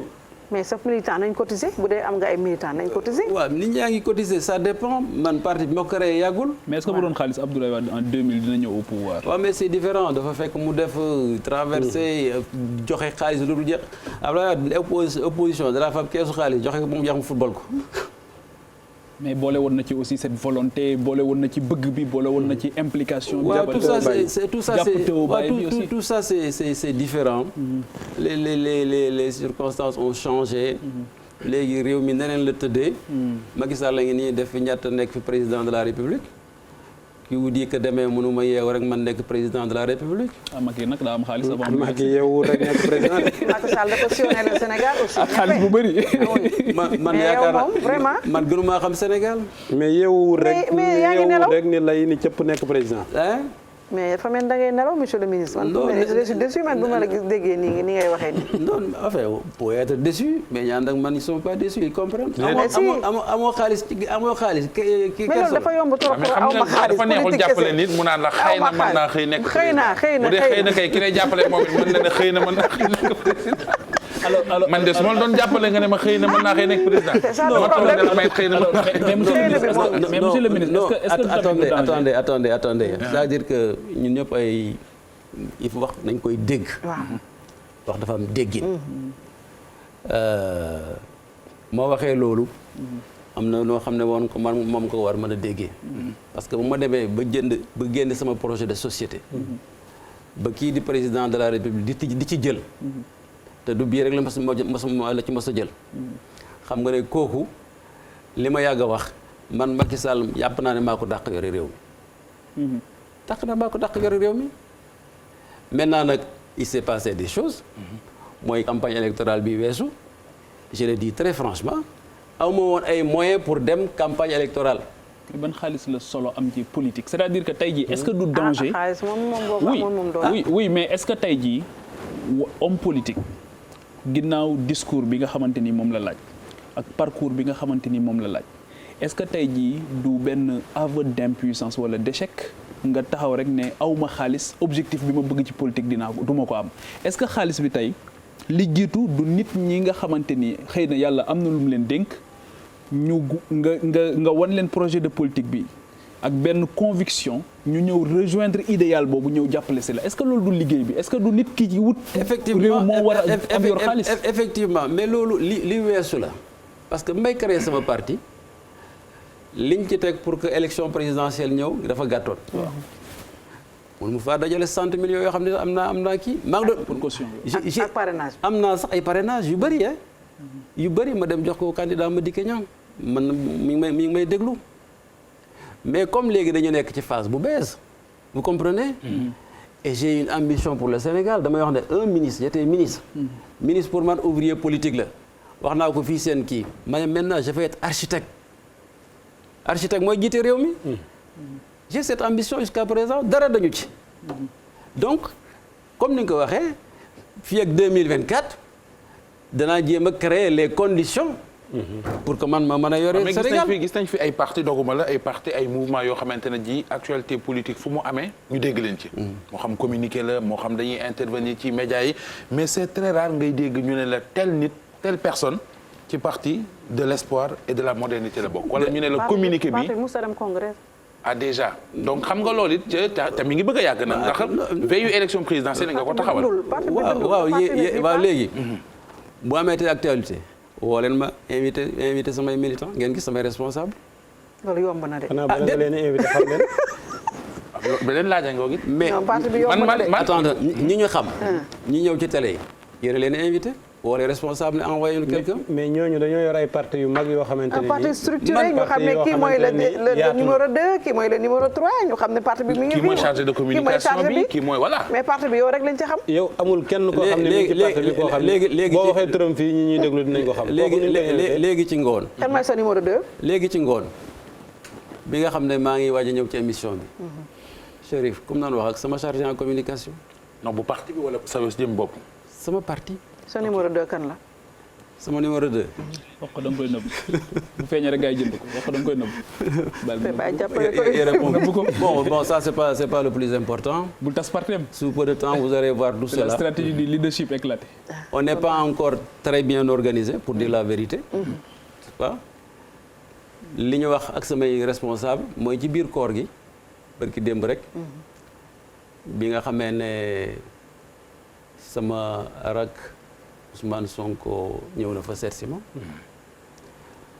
la ma responsable yi wax ne léegi nag il faut que ci biir koor gi ñu toog organiser wu parce que fekkee dafa am fu ñu jëm il faut que ñu xam nit ñi mën leen a ràññee yàgg nañ ma cee soññ man maa ko defuloon mais léegi incha allah local yi ak législative yi ban taxawaay nga ci fas yéene am. local yi comme je vous l'ai dit Sénégal léegi moom fu ñu jëm rek coalition lay def. gisuma benn parti buy demal boppam. incha allah danañ am ay coalition yoo xam ne moom la ñuy def. yaa ngi woon ci Everend. ci FRN ci laa bokk ba léegi mais FRN nekkagul coalition politique n'est-ce pas bu ñu paree nag ñu xool yan localité la ñu mën a am candidat n'est-ce pas avec la coalition législative tim noonu lay tëddee ñu xool ñi nga xam ne ñoom la ñu mën a ànd ak ñu xool ñooñu ànd ak ñoom xool na ñu demee ci élection législative comme le font tout le monde comme le fait tout le monde voilà mais gisuma fi benn parti boo xam ne boo jëlee APR xam nga APR ba léegi kenn xamul lu mu représenté amul benn élection bu mu ànd ak boppam toujours coalition et pourtant ñu dañoo yore la majorité en tout cas defoon nga fi conseil Macky Sall boo xamante ni vraiment defoon na fi tollé nga ne nañu na def présidentielle anticipée te moom bu mu bokk ci élection yi en 2022 bii nga waxoon que ñu couplé législative yi ak la présidentielle ba ñu wax na sa conseil yi sax am na je pense Alioune Fall moo génnoon tontu la mais sa conseil yooyu vraiment waroon nga ko conseiller Abdoulaye Wade ba nga nekkee foofu jamono est-ce que yaa ngi tenir ba léegi ne tour fi réew mi toll war nañoo mën a dem 2022 élection anticipée présidentielle. la ma waxoon ba léegi laa gëm xam nga fan yii dama def benn jàngat ba bind naa benn article sax publié guma ko xam nga danaa ko publié ndéet comme maa ngi ko wax fii ma tuddee ko la malédiction du deuxième mandat au Sénégal malédiction deuxième mandat maanaam musibam deuxième mandat ci Sénégal ndaxte boo jëlee Sénégal ba ñu amee indépendance ba léegi Senghor mu faloo 1960 deuxième mandat 68 réew mi tàkk ñu ne pouvoir baa ngi ci mbedd mi mu jógee fi Abdou Diouf ñëw deuxième mandat 88 réew mi tàkk mu jógee fi Abdoulaye Wade ñëw 2011 deuxième mandat réew mi tàkk 2008 déjà mu jógee fi Macky Sall ñëw 2012 2020 ñu dugg 2020 xaw ma 2021 deuxième mandat réew mi tàkk waaw loolu duñ ko jàngat kon nañ yem ci benn mandat kon mooy Sénégal ci sama xalaat buñ la falee liñ lay néggandiku benn mandat lay doon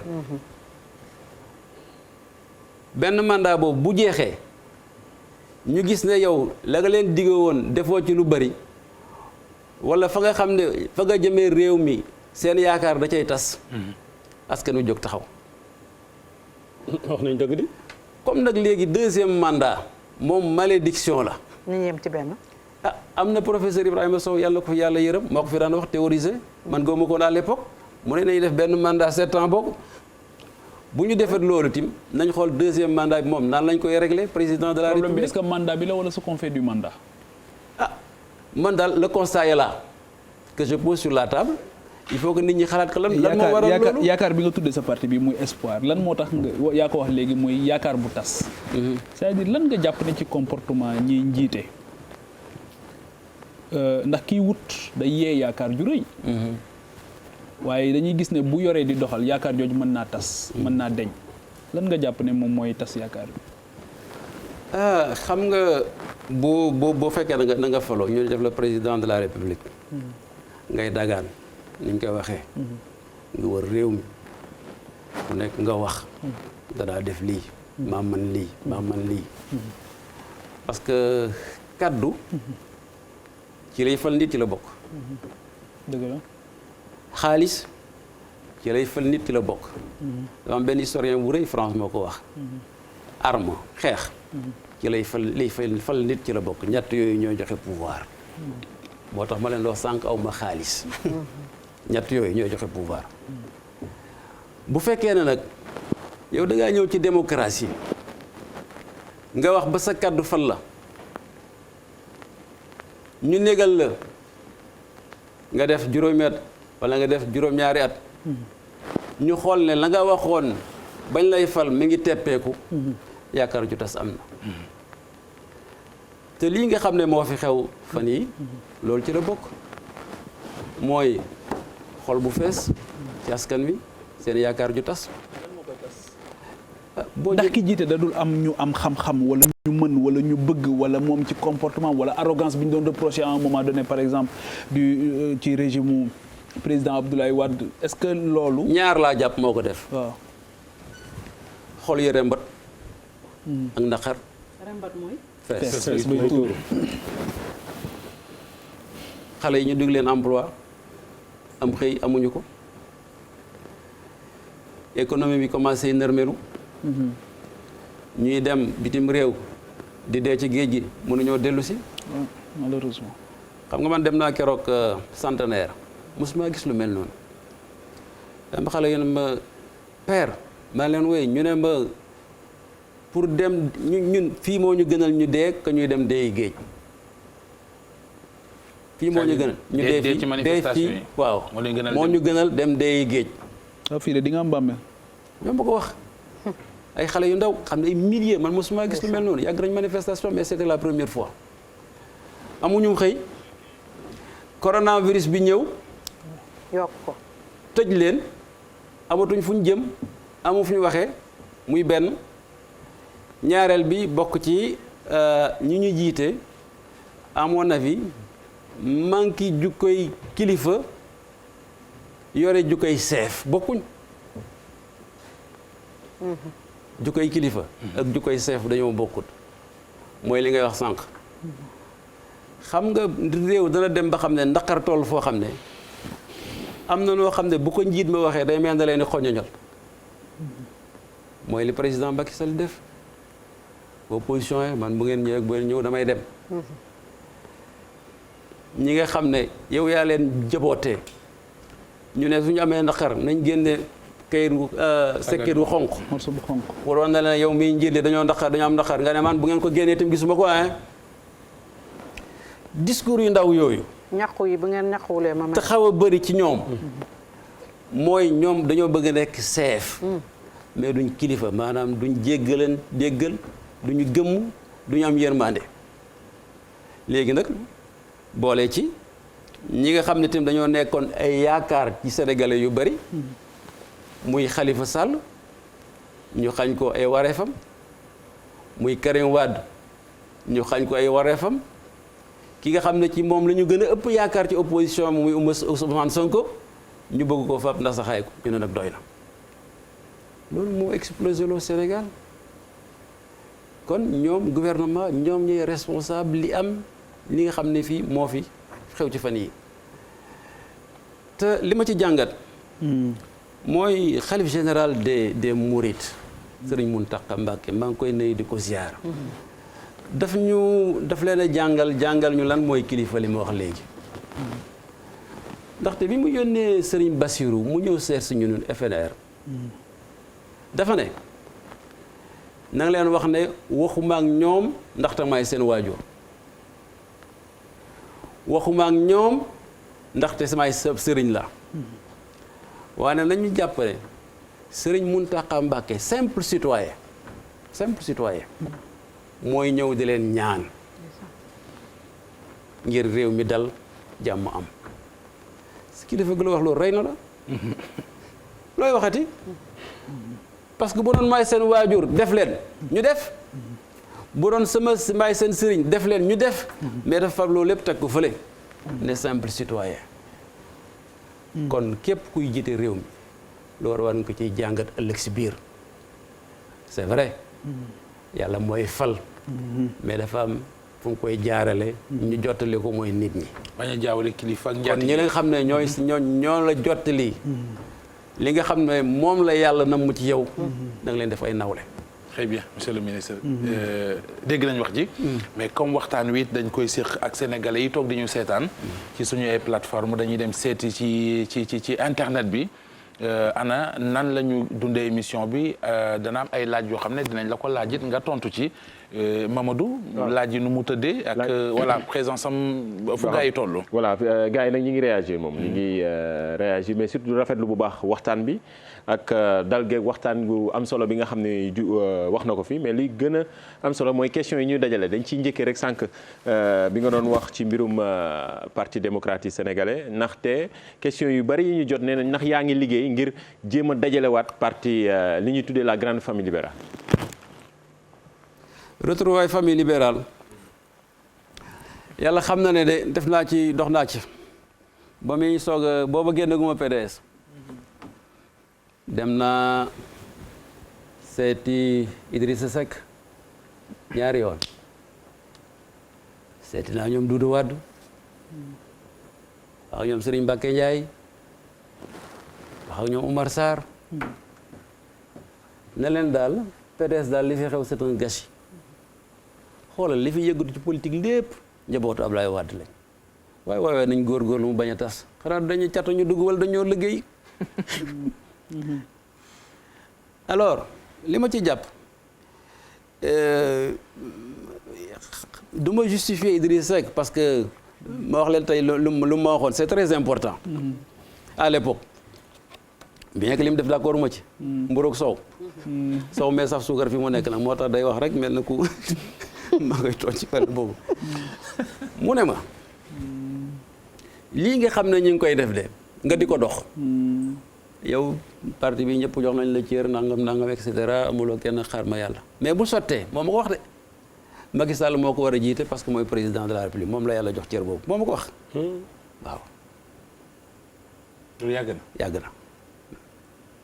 yàgg na boobu génnaguma PDS loolu la gëmoon kon tey mi ngi koy concrétiser pour dire la vérité mu ne li ñuy dox retrouvailles famille libérale pour ñu àndaat nekk benn bu ñu demee ba mu sotti Macky Sall moo koy jiite parce que moom la yàlla def mu nekk président de la République d'accord kon jàpp naa ne lii mu def lu mu yàgg a togg la ci sama xalaat wala lu mu yàgg a gëm wala lu mu yàgg a gëm sama xalaat bopp ñoom ñëpp ñu rafetlu ko parce que man dama gëmoon ne PDS warul tas comme ça et cetera waxtaan naa ci sax président Abdoulaye Wade à l'époque ci la génnee woon communiqué boobu pour adresser ko Macky Sall reprendre ko pour ñu retrouver consort et cetera mais dañuy dem ba ci biir daal doo xam lan moo ci même Karim Wade waxtaan naa ci ak moom à l'époque il était d'accord pour retrouver famille libérale wallahi ma nga nekk fële ma wax ak moom mu ne ma Habib man loo ci def d'accord naa ci bon mais après je sais pas qu'est-ce qui s'est passé affaire yi xam nga rek tey dem ba ci biir ñi wax lii et cetera mënul sotti et je crois que maintenant est-ce que c'est encore possible je ne pense pas. mun leen a def li Idrissa Seck waxoon comme moom jiitu ji na ngeen fekk ji ko ci kii yàlla dogal mu doon président de la République. waaw loolu moom la gëm ñun gëmuñu loolu. léegi yéen Omar Sarr nga Omar Sarr nag. waaw ñoom loolu lañ gëm. waaw mais man bon gëmuma actuellement dem fekk Macky Sall ci gouvernement am na keneen koo xam ne ci gëmu ko. très bien Mamadou beneen question. waaw bien que am nañu ko bëgg. beneen question. waaw dañuy des ci loolu ci mbirum fekki jeeg ndaxte question Edouard Diame bi ci loolu lay laaj daan ne politiciens yu bari léegi bu ñu seetloo ni bu ñu bëggee dem rejoindre camp présidentiel bi dañuy taafantaloo ne dañuy liggéeyal Sénégal wala maanaam liggéeyal nation bi est-ce que loolu gëm nga ni loolu mooy politique ba xam ndax yow mi ci sa jëmmi bopp est-ce que yow pare nga pour def lu ni mel. Mamadou Ndiaye wolof yi dañuy wax ne adduna dafa xaw a doy waar perkal du furi yaa dàq publicité fii mais doo publicité perkal mukk tisu yëpp danañ furi ba mu des perkal waaw kon nag tontu naa la man ci noonu laa mel doo changer daal. je ne pense pas doo mës a dem. ci fànn boobu bokk. mais sànq yaa ngi doon mais ça dépend xam nga waxoon naa leen. waaw waxoon naa leen fii. sànq yaa ngi doon wax naan faut jamais dire jamais ah. non dama leen a waxoon fii. Papis moo ma interviewé. waaye ne ma ci lan condition nga mën a dem liggéey ak Macky Sall. ma ne ko bis bu déclaré ne du def 3e mandat ba pare soxla ma loolu waxoon naa ko fi dama évolué ko. kon kay c'est pas trop tard. na déclaré na def 3e mandat ba pare. ñu xool kon nga bàyyi fi M2D bi dem ci moom. ba ne man bokkuma M2D Front National laa bokk. waaw yooyu yëpp ay waxin la il faut ngeen di dégg wax yéen it. man nee naa la perkal du furi jàppal ci li ma la wax. perkal du furi de waaye mën naa xal. kenn du ko publicité de. Mamadou jërëjëf am na solo ñu dem ci question Djibril Sène bi waaye question Djibril Sène bi moom la Binta posé sànq rek moom xam naa. waaw xam nga li ma wax ci 2022 posé nga ma ko sànq. waaw man jàpp naa ba léegi man daal Macky Sall li muy dem ak ñun ba 2024 dana ma jaaxal lool. ah bon réew mi dafa métti ak li fi xew te xam nga li ma la waxul sànq boo jëlee deuxième mandat toujours boo amee manifestation ba réew mi kii day am réplique maanaam day mel ni séisme day am réplique gisoo ñun 2011 xam nga biñ leen wax 23 juin. am na 27 juin. moo gënoon a métti nit ñi xamuñ ne 27 juin moo ñu gënoon tiital. juin daf ñoo bett. juillet la 27 juillet. 27 juin ak 23 juin. non juin la. 27 juin. c'est une semaine après le 23. après la ñëw. MDR boobu moom c'était la catastrophe il faut mu am réplique. oui moo tax bi Ousmane Sonko yi wax ne. deuxième vague la deuxième vague sera plus dévastatrice. mën naa def. du moom moo koy def. mais réaction normale lay def xañ na population bi parce que l'histoire moo ñu montré que politique Sénégal noonu lay doxee. ñaanuñu yàlla nag mu ñëw parce que ñëpp dañu bëgg jàmm. kilifa diine yi wax nañ et cetera. mais bu fekkee ne ñoom dañuy continuer def li ñuy def par exemple ñi ngi waxtaan ba juboo kilifa diine yëpp wax Macky Sall ñëw bëgg a defaat forcing na day def élection yi 2022 te waxtaanul ak kenn. yooyu mooy indi musiba ci réew mi nga yaakaar ne opposition la day toog croiser les bras toog di ko xool. il faut que moytu ko. bu ñu wootee jàmm moom mi nga xam ne moo yore cëggal góyam kay moo war a jiitu ci jàmm jooju mais enfin en plus de cela fii ak 2024 day nekk un président affaibli. bind nga ko de. affaibli c'est-à-dire que boo jiiteem réew ba sa kàddu dem ba dëgëratut loo waxate ñu ne du noonu kenn mënut a joxe instruction yoo xam ne moom la ñuy respecté. yaa xëyt ci président bi. ci peuple bi. mais est-ce que du lu mel ni dooguma la monsieur le ministre moo tax ay jamono bañ ko laajee mu ne du ma ne oui du ma ne non ndax du lii la doon daw parce que comme nee nga demi fi mu ne amatul. yoratul dara waaw yoratul dara. waaw boo yoratul dara kay nga bàyyi nag benn yoon. mais comme kenn xamul fu muy wàcc est-ce que moo tax lu lii moo taxoon mu bañoon wax. fan la war a wàcc parce que yëf yi day gën a métti situation économique day gën a métti situation politique day gën a métti te comme kàddoom dafa xaw a néew ci réew mi te boo jiiteem réewul li nga ci am mooy def leen ñu def bàyyi leen ñu bàyyi te amatul loolu yaa xëyt nag. te moom moo waxoon. wax àdduna yëpp dégg ne day wàññi mandaam ñaari at. kon yore nañu ñaari at ñun peuple sénégalais ñaari at yooyu kay nañu ko jox 2022. mais ndekam sa papa ne woon maa waxoon waxetit bu ko neexee mu wax loolu. waaw mais moom dafa wax digge ñu. ba ñëpp dégg. wallaay sa papa li mu waxoon ñëpp ko dégg de. non xam nga sama papa dafa wax waxi wolof te déggu leen ko. ah. nit ñi ñoo politisé li mu daan wax maa wax waxeet et cetera. mais est-ce que jàpp nga ne mesures yi mu jël nii mais est-ce que jàpp nga ne mesures yi mu jël nii jëm ci discours bi mu njëkk a def. keroog bi émeutes yu métti yi amee ak yi mu defaat nii ci 3 avril bi ndax jàpp nga ne loolu question bu njëkk bi mooy ndax am na suffisamment les moyens pour def ko d'abord ensuite wala ndax encore chiffres yi rek fétichisme des chiffres lay nekk wala ndax jàpp nga ne loolu su ko defee it dina ko mën a jubóolewaat ak askan bi comme ni mu ko bëggee. Mamadou may d'abord wax naa la comme xam nga waxuñu sax Pape moom day boole laajam ak laaj internautes yi comme laaj na. xaalis bàyyi ministre tontu après prolongement internautes yi la n'est-ce pas. lii kay Pape sa prolongement boobu. xam nga moom d'abord xaalis bi xamul fu mu koy jëlee waxagu ay wax rek la. non wax na ko. réorientation budgétaire. réorientation budgétaire boobu léegi mi ngi koy wax lan lay réorienté. dañuy dindi ay programme dugal ko ci mais comme ban programme ma kumba. xamuñ daf ko wax comme ça rek. ay nga koy laaj. ay wax yu mu sànni la d'abord xamuñ fu muy jëlee xaalis bi ensuite bu ko jëlee. xamuñ fan la jëmee xaalis bi nu mu koy dugalee. lu mu wax ñaata 400 milliards 450 milliards 450 milliards. 85 millions mois de. wax naa 85 milliards wax naa sànq am na ay orienté yoo xam ne bu ko defoon du jar loolu. xam nga j'aime bien la stratégie armée. bala ngay dugg ci mbir dañuy wax fan nga jëm où aller boo paree ñu la nan nga fay demee c'est important nan nga fay demee. boo paree ñun la kañ nga fay dem où aller par où aller comment y aller quand y aller moo tax man ci sama projet de société ma ne pour ñu régler les problèmes yu bari ci Sénégal il faut que ñu dugal ci armée bi ma joxe proposé woon naa ko président Wade pour ñu régler problème mu ndox les forages xam nga armée gouvernement Allemagne da ko mayoon benn matériel forage boo xam ne yaakaar naa mooy matériel bi gën a am solo ci Sénégal ma ne président dans le cadre armée nation armée mii dañ leen jox objectif pour ñu mën a régler problème ndox Sénégal gasal dëkk yëpp forage ñu wax ko ministère des finances à l'époque ministère des finances objection moo doon armée du fay taxe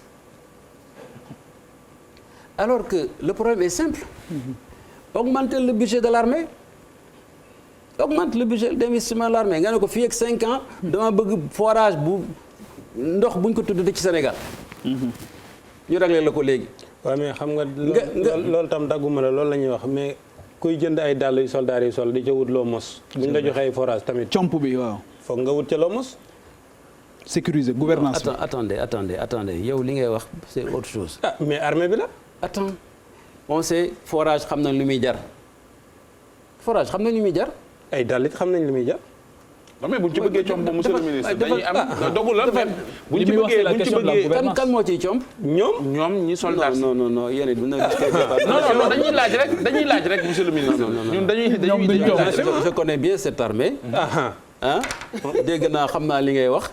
mooy affaire u capitaine bi li mu raconté sur le front et consorts je pense mais ça c'est différent ce sont des investissements ñu ne la demal gaaral defal ma forage fële ca Ndengler mun loo bañ a def forage Ndengler defal ma forage fële Jokkul mënoo bañ a def forage Jekkul xam nañ budget forage bu nekk lu muy jar ñu ne armée d'ici à 5 ans chaque année danañ la jox temps régler nous le problème de forage dëkk bu nekk ñuy viser ko ne fii na ko def les pistes de production la même chose hein mais on n'a pas à tenir compte que armée du fay taxe et cetera pour l'intérêt des populations parce que boo ko defee tu luttes contre la pauvreté bu nit ñi amee ndox boo ko defee tu luttes contre la pauvreté boo defee ay pistes de production pourquoi ñu koy jox armée alors que lu mel ni PUDC mën na ko def armée kay ñoom seen rôle a ngi nii kay nañ ci ne lu tax ma wax nañ ko jox armée mooy loolu nga wax ay PUDC et consorts c'est des marchés que l'on lance PUDC et cetera les coûts sont très élevés alors qu'avec l'armée on peut avoir ça à moindre coût et plus rapidement et l'armée dafay nekk armée de nation di gën a bokk ci li nga xam ne mooy def développement économique du Sénégal l'armée peut même participer aménagement des terres dans la vallée du fleuve Sénégal il faut que ñu jox une autre configuration à notre armée plutôt que di ko béy fii rek et cetera ñuy siire seeni dàll yu rafet c'est ay jàmbaar la ñuy tout ça mais Senghor lu tax mu concevoir armée nation mais une armée de développement et il y a énormément de possibilités yooyu yëpp ce sont des cas yoo xam ne am na Sénégal ñu bañ a teppandoo les pays développés xam ne ñun dañu war a jël suñu yoonu bopp exploiter toutes les possibilités du ñu am pour que Sénégal nekk un pays de progrès. Monsieur Mamadou dernière question. ñu jeexalee ak mbirum Covid bi yan leçon lañ ci mën a tirer ñun sénégalais yi gannaaw atu yàlla bi nga xamante ni pandémie bi wër na àddina. di ñaan yàlla mu teggil ñu ko. teggil ko adduna bi yëpp parce que humanité moo ko attanut. attanuñ ko yàlla moo ñu ko teg natt la mais attanuñ ko kon yàlla ñu ko teggil di féliciter suñu santé personnel de santé bi bien que système de santé bi moom doy na war pandémie bi mi ngi gis mi ngi wàññeeku mais nag bu ñu naagu parce que noonu lay doxalee ci liñ ko gisee day dem ne nii ba si yàgg mu jógaat 3e vague mën naa ñëw mais yàlla bu mu agsi ñu continuer. bu ñu bàyyiwul meeting yi de moom dina yegg si. waaw gaa ñi de moom xam nga moom. meeting yi de mu ngi ne tout léegi maa fi mu toll nii. kenn waru fi woon tudd remaniement nag. ay ca kon Mamadou. mi ngi noonu continuer respecter les mesures barrières yi nga xam ne moom la ñu waa personnel waa santé di prescrire. bañ a yaakaar rek ne affaire bi jeex na te mi ngi suñu biir ba léegi vraiment lim fi yóbbu ci bakkan bari na ñuy jaal ñi nga xam ne. ñoo ci ñàkk seen mbokk yàlla yërëm leen xare leen aljanna di ñaan yàlla nañu ko yàlla teggil yàlla nañ ko umpale yàlla bu ñu dal ñun ñi mu dalagut.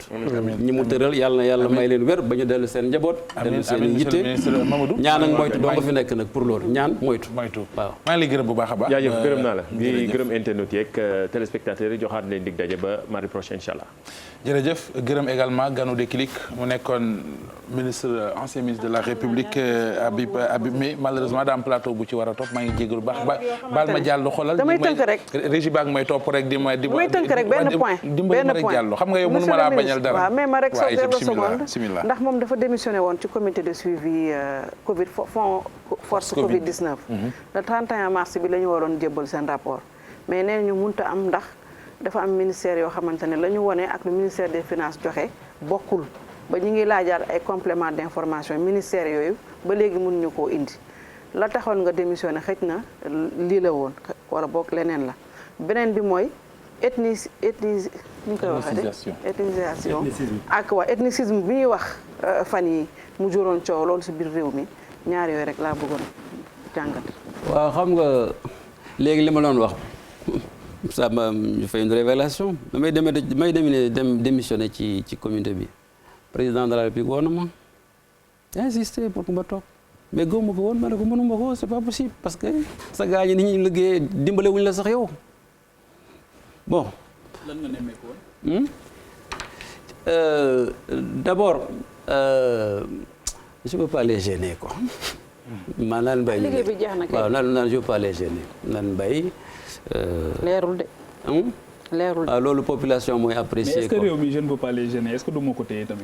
non xam dara ba pare di ko la culture de la transparence. xam nga man bi ma génnee wax naa. ñëpp dégg nañ ñëw naa ba fii ma expliqué ñëpp dégg li tax ma génn ci. léegi beneen bi ethnicisation. Wade ko njëkkee woon ah. Wade moo ko fi njëkkee moo njëkkee woon lan. nee na Fouta a voté pour Macky. xam nga bi ñu génnee élection yi weesu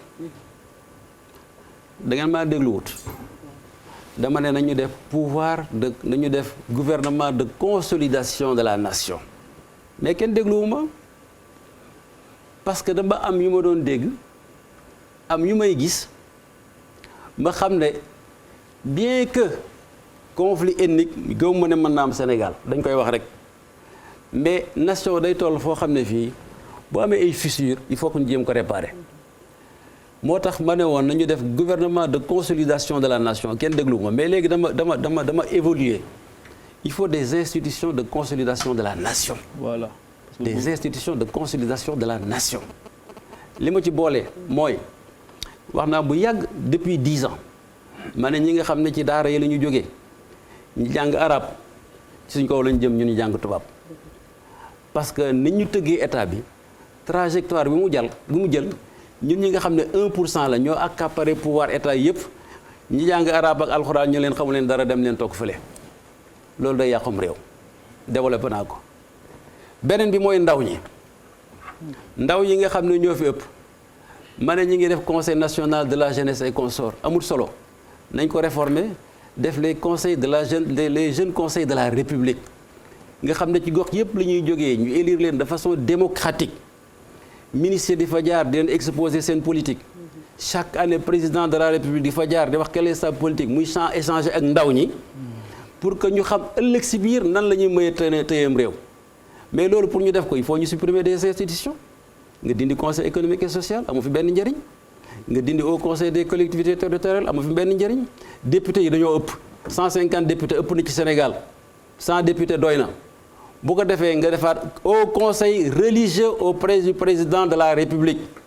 nga xam ne foyer religieux les familles religieuses fu nekk dañ ciy tibb tuuti même si c'est informel ñu daje bu amee lu xew ci réew mi ñu mën ko artu mën a wax ak nit ñi orienté leen loolu bu ñu ko defee ci yenn rek yoo xam ne yi xalaat naa ko dana nekk loo xam ne lii askan wi ku nekk da nga yëg ne bokk nga ci république mais jël conseil économique et social jël ñoom Mamadou Ndiaye Mohamed Ndiaye yóbbu fa xam ne c'est des patrons jël ñoom madame Diallo et consorts et cetera des journalistes qui n'ont aucun souci n'est-ce pas alors que le journalisme vive avec souci sur tous les plans alors que ñi fi ëpp ci askan wi baykat yi par exemple mais kenn waxalu leen tooguñu fenn ci benn institution te yàlla xam na ne ëppuñ leen xalaat. li may wax ne Sénégal lu tax mu jafee jiite ñi ñu jiite ñoo gën a muus ñi jiite.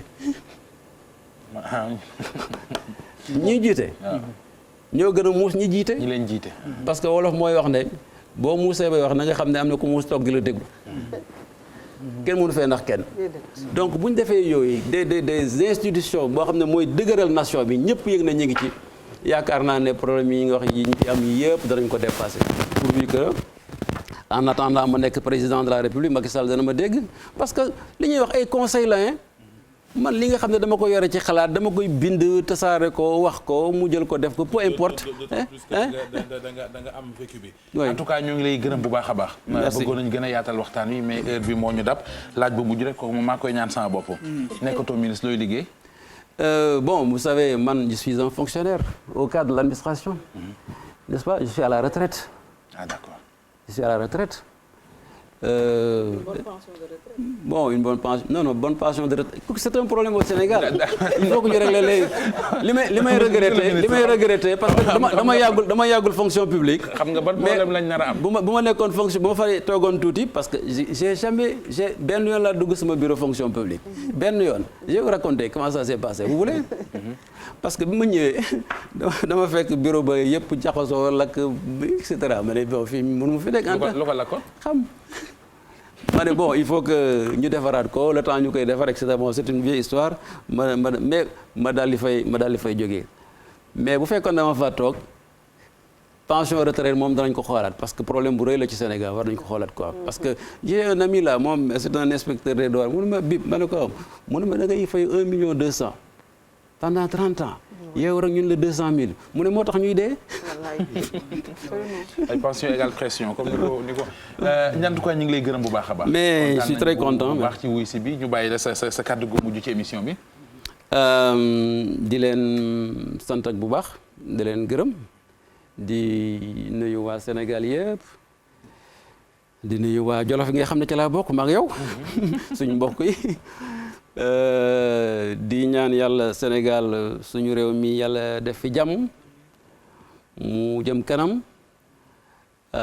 li nga xam ne moom la ndaw yi di mëbët ci réew mi yàlla dimbali ñu ba mu am fi parce que Sénégal amul dara loo xam ne lii jomb nañ ko ci lu baax amul luñ mënul am li may conclure mooy comme toujours man damay am idée projet de société.